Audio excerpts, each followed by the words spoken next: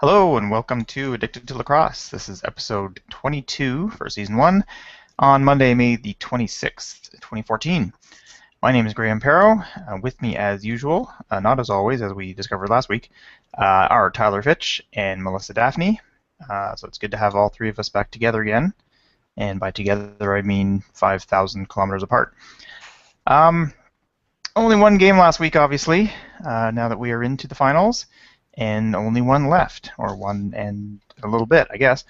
Calgary took a big, well, I don't want to say a big lead, but it's a pretty important lead in the series by winning Game 1, 10-7. Not exactly the offensive game of the year. But I think what I will do is let Melissa go first, seeing as she wasn't here last week. She was off in the Windy City. So, Melissa, you can give us your thoughts on the game. Of course, put me on the spot. I was kind of surprised. I thought Rochester wasn't playing as hard as I expected them to come out and play. I thought Calgary did. I was definitely surprised. Still no Jeff Snyder. I still haven't heard what happened to him, which obviously was in the game against the Mammoth. I don't know if either of you guys have anything on that. And obviously no Dan Dawson. That was just crazy. But it was an interesting game. I thought the reffing was exactly what I expect from Todd LeBranche's team. I don't know why he was doing the championship game. I think he's one of the worst refs in the league. I think he's so inconsistent, and the games get dangerously chippy when he's reffing, and there's too many questionable calls. So I definitely I was surprised and a little frustrated to see him reffing this game. There was definitely a couple of coaches' challenges that kind of had a little bit of impact. One of them I agree with. In the first, or no, it was in the third. Maybe it was in the first. But there was a challenge, and I think it was with Point, and it looked like when the play happened, I was like, oh, it looks like he hit the crease, and then, the flag was thrown. And you're watching it, and it was called a good goal on the floor, and then, they're doing the replays, and it's like you just have the player up just kind of blocking where you want to see. Up, there's the pipe kind of blocking where you want to see. So when he ruled that as still a good goal, I could definitely see there wasn't enough to overturn it. But in the third, there was Vitarelli had a goal, and it looked very clear from every angle to me and my husband that, wow, he dragged his foot. And it was ruled, the goal call was ruled, was upheld. So it was just some interesting calls. Scott Ranger taking a shot to the face and getting called for instigating. It was just some strange calls. I thought both goalies did really well. I thought Vince had his defense falling apart in front of him, and so he definitely let in some goals that maybe normally he wouldn't, but his defense just didn't seem to be there for him. I thought Calgary just overall looked stronger. What did you think, Tyler? I thought this was a fun game to watch. I was very excited to see how Rochester would come out, because the first game against Buffalo, they did not come out strong. And now they're even further on the road to Calgary, a longer road trip to get ready for a game. Calgary's playoff home games, home stands or whatever, they've been put together wonderfully by the Flames. I imagine it's the Flames organization. Like, they've got the playoff party idea. They're getting front page press in Calgary leading up to the games, so everybody knows to go there. Huge crowds, bigger every week than the week before. And the team looks like they just love it, and they responded to it and really got the fans behind them, powered them into this game, and gave them every advantage that they needed. The previous meeting between the two teams was, I think, 11-10 win, Calgary over Rochester. Now they've played twice this year, and Calgary has won both games. I think it'll be in the back of Rochester's mind, like, well, we can't beat these guys, but at least both times they've lost, they've been on the road, so they're going to go to Rochester and maybe kind of try to wipe it away and be like, it's our floor, we'll take the advantage back, and we'll win both games. I loved seeing the end of the first half when Vince was way out of the cage, gets hit. I don't think he was hit high. They didn't call any penalty for a high hit. His helmet goes flying off, and a big scuffle breaks out. And everybody just started jumping on John Harnett, one of the Harnett brothers, and Paul Dawson basically had to the point where the ref had his knee across his throat to like, please stop hitting the guy. We're gonna go to halftime now. But tried to like kind of get Rochester up and going, but they didn't really at any point do that. They were never crisp, and like you said, their defense was falling in front of Vince. And one goal he kind of said was his fault. I think Dobby or some lefty shot and Adobe and some lefty shot kind of got over his hip, and he's like, oh, that was my fault, it was too far out. But other times he was hung out to dry, and Calgary's offense was really clicking. Curtis Dixon had a great wraparound goal, which usually you only see in field. You see a guy attack from X behind the cage, and as soon as he clears the goal line extended, just whips a shot and put it through Vince's legs. And I really have only ever seen that in field. I've never seen guys do that indoor, and Dixon was just having a great game. Whatever he wanted to do early on was going in. It's fun to watch. I really enjoyed it. What did you think, Graham? I agree. I had a good time watching this game. The Rochester offense looked kind of like they did in Buffalo in that they just kind of couldn't get things going. Jameson played pretty well, I think, but it looked like their chief playmaker wasn't there, and that obviously would be Dawson. So it almost looked like it was odd because in the last game they played the first half with Dawson and then he got injured and they played the second half without him. So obviously they didn't have an awful lot of time to adjust to him not being there. Now they've had an entire week to adjust to him not being there, and they didn't look like they made enough of an adjustment, and it's almost like they were expecting him to be there to run the plays and he wasn't, so they couldn't do it. But there were passes to people who weren't there, or passes that were dropped, or it almost looked like, Jameson would take the ball and throw it off into the corner because he knew Vitarelli or somebody would be there, and there was nobody there. So they just kind of couldn't get things going. I agree that Vince looked like he played pretty well. The defense in front of him didn't so much, and Calgary just had everything going right. How many times did Dane Dobbie come zipping off the bench on a transition play? And I think he scored at least 2 of his 3 goals that way. And then there was another one where he didn't score like that, but Mike Carnegie was right behind him to pick up the loose ball and score there. The Calgary transition looked pretty good there as well. They just looked like they had a fire to them that Rochester didn't, to me. Like, I don't remember if it was in the fourth or what, but Calgary had a pretty solid lead, and they were just attacking the net, like you would have thought they were the ones behind trying to clear that gap. And it was like, no, they're winning, and they're still coming hard and playing hard. And Rochester was just kind of like, whatever. Maybe at that point they thought, well, we got next week's games. Yeah, and I've heard Teddy Jenner mention this a number of times, that's a Kurt Malowski thing, that just never give up, never. You're never ahead by enough that you can afford to just take it easy for the rest of the game, and you're never behind by too much that working your butt off to try and make up that difference is not worth it, as we almost saw in the game against Edmonton, where they were down 11-2 and almost came back to tie it. The only thing I'd heard about Jeff Snyder was lower body injury, but of course that could be his hip, that could be his knee, that could be his ankle, that could be anything. Or it could be a shoulder, and they're trying to throw us off there. But I'm not sure why they wouldn't bother telling you what the injury was. I've heard it said that they don't want. Now I think I've heard it said mostly about the NHL rather than the NLL, but they don't want to tell people what the injury is in case during the next game people actually target that. They say, if we know his ankle's bad, then target his ankle and try and knock him out.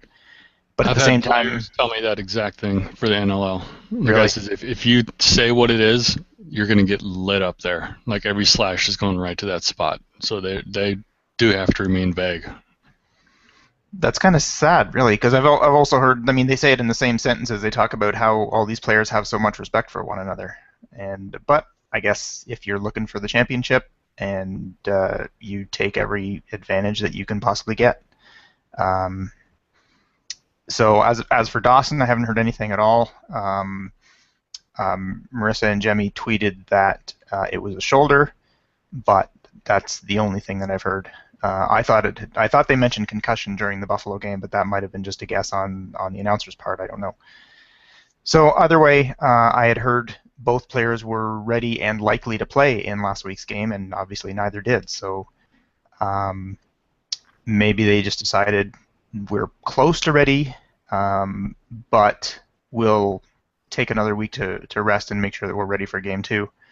I think that was Dan Dawson's first game he's missed in a long time, maybe forever.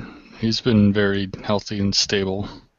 I think they were talking about at the end of the Buffalo second game when he was out of the roster, out of the lineup. Or he may have been missing time for the first time. I could be completely wrong. I don't know. It's just something I heard them talking about. The other thing I wanted to mention was, as you mentioned, Melissa, about the challenges, and both of them were obviously very close. The first one, I agree, they couldn't really overturn it because it looked like it was probably, it looked like it was probably he was probably in the crease, but. Like you said, from every angle there was somebody in the way, so you couldn't get a completely clear shot of it. So that one you can understand why they didn't overturn it. The second one, I can kind of understand why they didn't overturn it as well, because there wasn't a clear shot of his foot on the ground before the ball went in. But that was because they were trying to film through the seam between the two panels of glass. But it was obvious enough, I think, that if they had called it a good goal, or sorry, if they had called it a crease violation, I don't know, I think that would have made sense. I guess it was close enough, but they didn't have 100% guaranteed evidence that his foot actually did touch down. Certainly looked like it to me, but I guess I can kind of understand where they came from. And the other thing I wanted to ask about, or ask what you guys thought, was the Cody Jamieson incident, for lack of a better word. I thought it was kind of an amusing little thing and not a big deal, and once it was over, it was over. Other people I've seen say he should be suspended for it. It was a dive. It was unsportsmanlike. It was, I've seen emotions seem to be running the gamut from no big deal to shoot the guy. And basically, I think a Rochester player, I can't remember who it was, got a penalty. Then after the play was stopped, Jameson grabbed Andrew McBride's stick, slashed himself across the chest with McBride's stick, and then looked directly at the ref.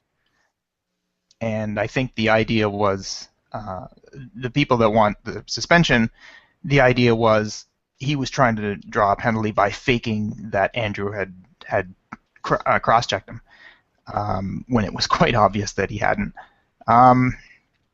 It looked to me that he didn't agree with the penalty to his teammate, so he grabbed McBride's stick, cross-checked himself, and then said, "What, are you going to call that as well? Or why aren't you going to call this one?" Or something to that effect. I think it was more a display of his displeasure to the ref. It wasn't. I don't think he was trying to draw a penalty. I don't think he was trying to get Andrew McBride tossed in the box. Anyway, that's what I thought. Tyler, what did you think?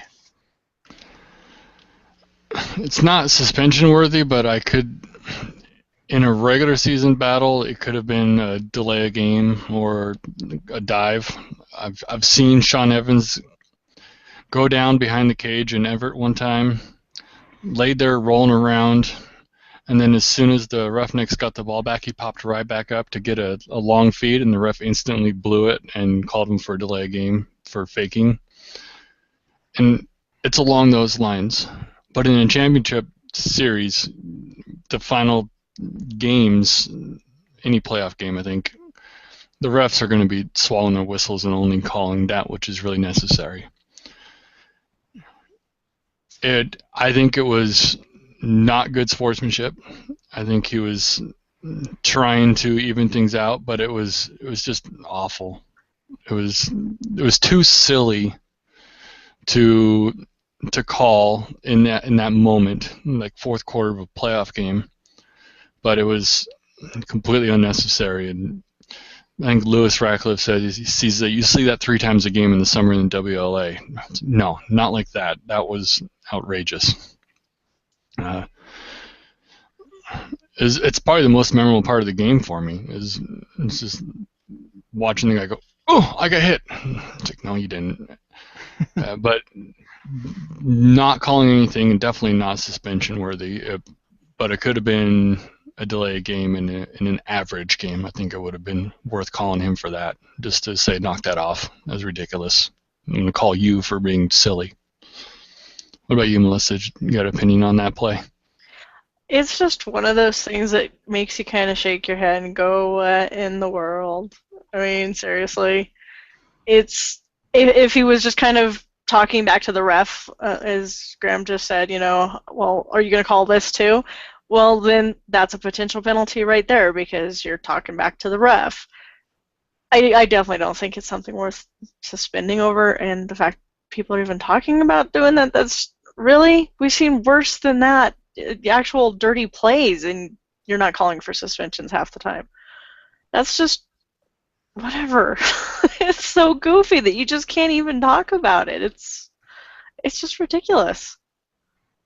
I guess the reason I thought it was just him sort of chirping the ref, for lack of a better word, was that it was so blatant, and it was, I mean, he was standing 3 feet away from the ref, so it's not as if the ref wouldn't have noticed that he was holding on to McBride's stick. So I can't imagine that Jameson was honestly trying to get a penalty out of that, because it was just too blatant. It was too stupid.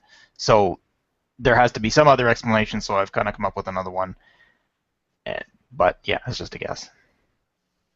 Yeah, I'm actually kind of surprised something wasn't called, even if it was just a 2-minute unsportsmanlike penalty or something, because that's just one of those plays that's so goofy and out there that you're just kind of like, okay, really?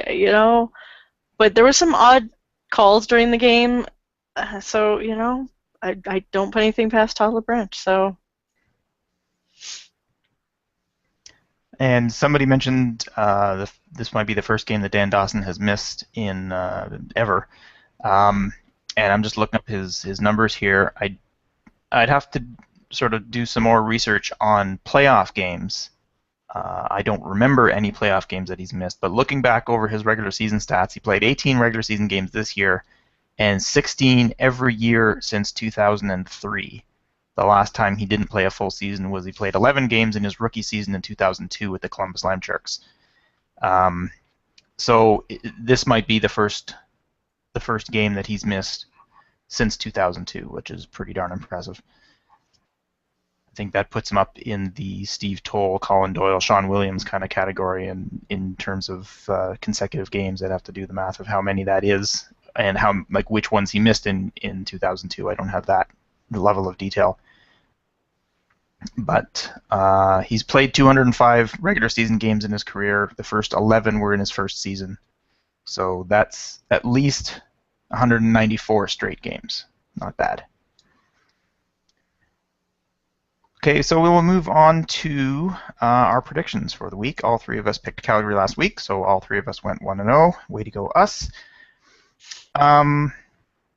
So we will go to our predictions for next week, and there are possibly 2 games. Obviously, Calgary at Rochester is the first game, and Calgary at Rochester is the second game if Rochester happens to win the first. I guess I'll go first. I liked what I saw with the Roughnecks last week. So I am picking Calgary to win Game 2 and take their third title in franchise history. I can see. I would imagine this will be a closer game, and I was sort of this close to picking Rochester to win that game and then Calgary to win the mini game. But I have a feeling Calgary will just take this one. Yeah, I mean, this might be the first time this year that I'm going against Matt Vince.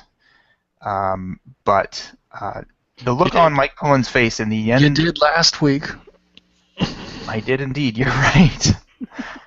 Yeah, that game is recent enough. I probably should have remembered that. The look on Mike Pullen's face during the fourth quarter last week, he looked so intense. Like he'd make a big stop, then they'd stop for a media timeout, and he'd be walking over to the bench, and the look on his face was just, shoot the ball at me, I will stop it. I'm not letting anything in. And it just looked like he had no intention of letting anything in. And other than Cody Jameson's extra attacker goal with 10 seconds left on the clock, he was awesome in the second half of that game. So yeah, I'm gonna go with Calgary, and Melissa, you can go next. I am also choosing Calgary. I definitely debated on whether or not I thought this was going to go to the mini game, but I think Rochester has had a few too many moments lately where they've had slow starts or just a little bit slow to get going, and I think Calgary is actually the stronger team in that they just play hard all four quarters lately. I think they've really found their groove, and I think if Rochester doesn't come out hard right from the beginning, Calgary's just going to take it, just plain and simple. What about you, Tyler?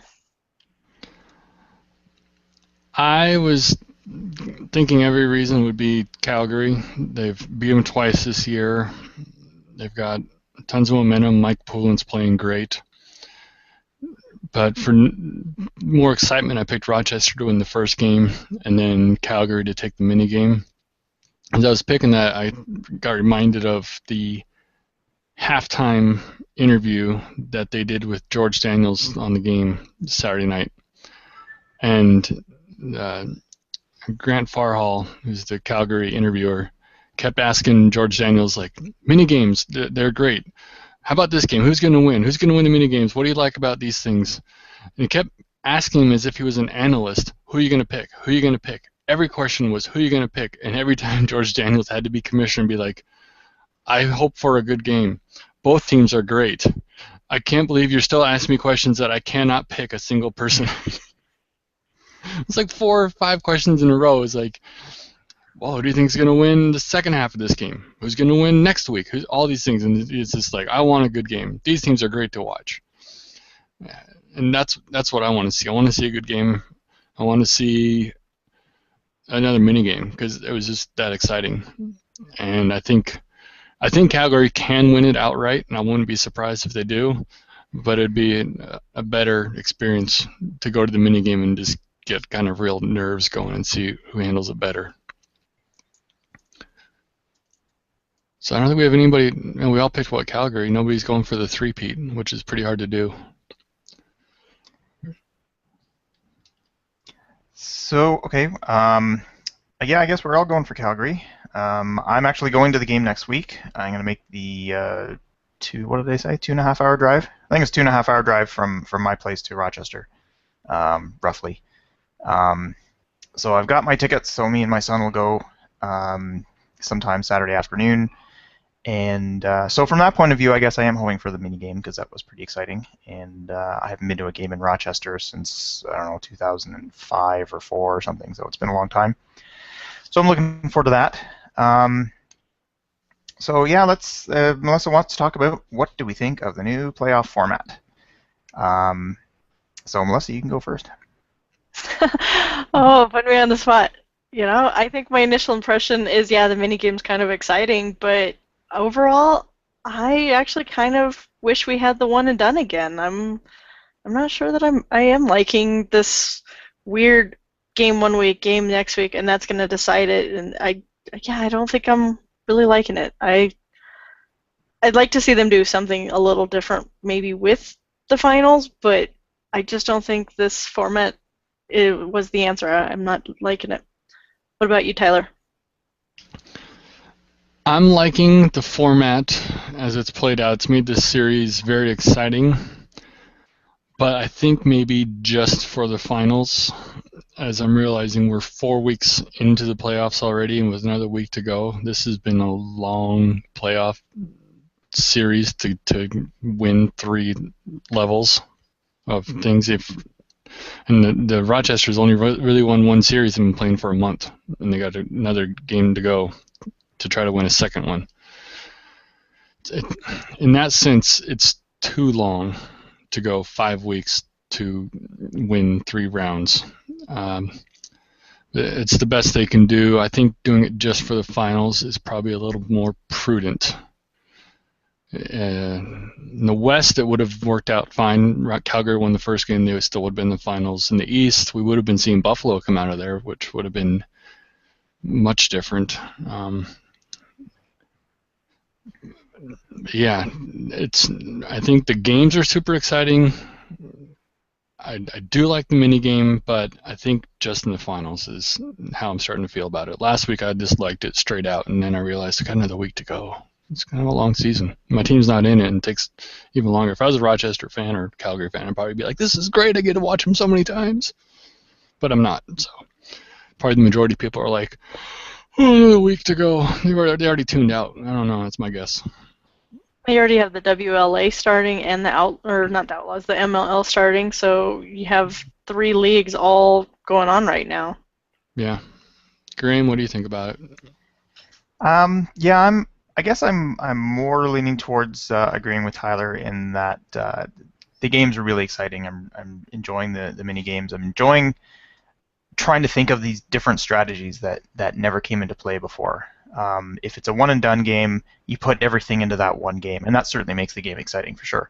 But the fact that there's going to be a game 2 and there might even be a game 3 changes the strategies around. And the fact that this is the first year that we've done this means that we haven't thought of all the strategies. And so there might be, like we talked about it last week or a couple of weeks ago, where if you're losing near the end of the first game, you may sit your star players, you may pull your goalie and put in your backup and just say, okay, well, we'll give up this game and get everybody rested.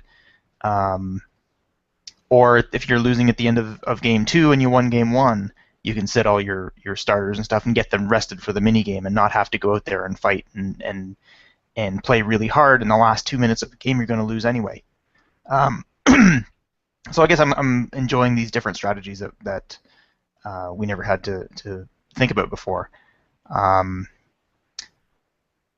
was one other thing I was going to mention. I can see Tyler's point that it is getting kind of long. I guess it was I might tweak some of the minigame rules. 10 minutes didn't seem quite long enough. I might make it 15, maybe even 20. Maybe 2 10-minute halves if you want to do that, so you can swap ends. I don't know if that's really necessary, but it might be something to consider. And carrying over penalties from game 2 makes it a little weird. It's kind of a completely separate game, but not. And the fact that you can't change your roster between game 2 and 3 is also a little weird. That certainly would have helped Rochester the week before last, when they lost Dan Dawson in the first half of the game. So if they'd been able to replace him, they obviously would have had somebody else on offense, and not have to be one man short during the minigame. So there's a few rules that I would tweak.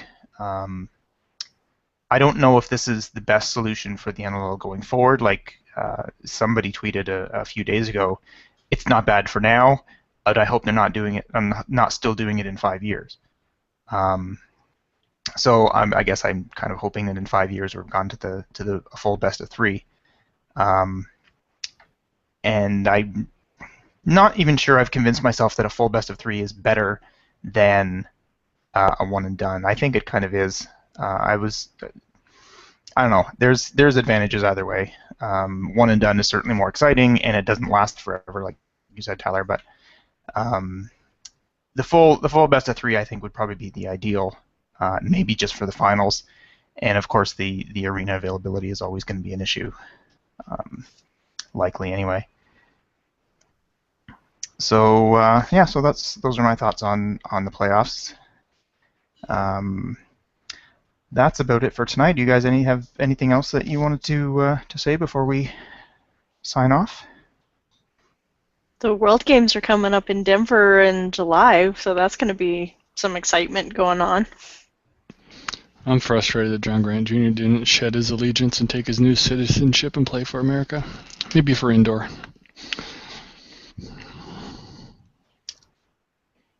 I haven't even seen Team Canada's roster. I know it was announced at some point, and I meant to take a look at it, and for whatever reason I never managed to do it, but I haven't actually seen it.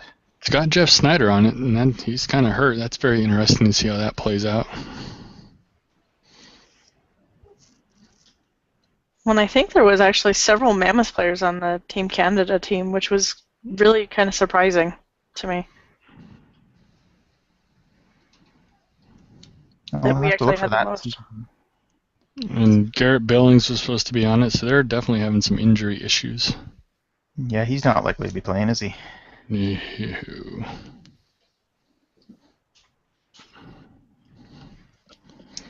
Okay, one more piece of administration before we sign off for the evening. Next week, I'm not available on Monday night, so instead, we will record our final episode of the season on Sunday night, June 1st. And I guess we'll try and start it off at 9 p.m. Eastern, like we always do. And yeah, so we'll talk about Game 2, possibly Game 3, and who the NLL champion is for 2014. So please join us then. I didn't mention off the top that we had the Q&A app running, but we did, but we didn't get any questions. So maybe next week. So that'll do it for this week. Make sure you check out addictedtolacrosse.com, which is where all of our shows are archived. You can also send us email at feedback@addictedtolacrosse.com.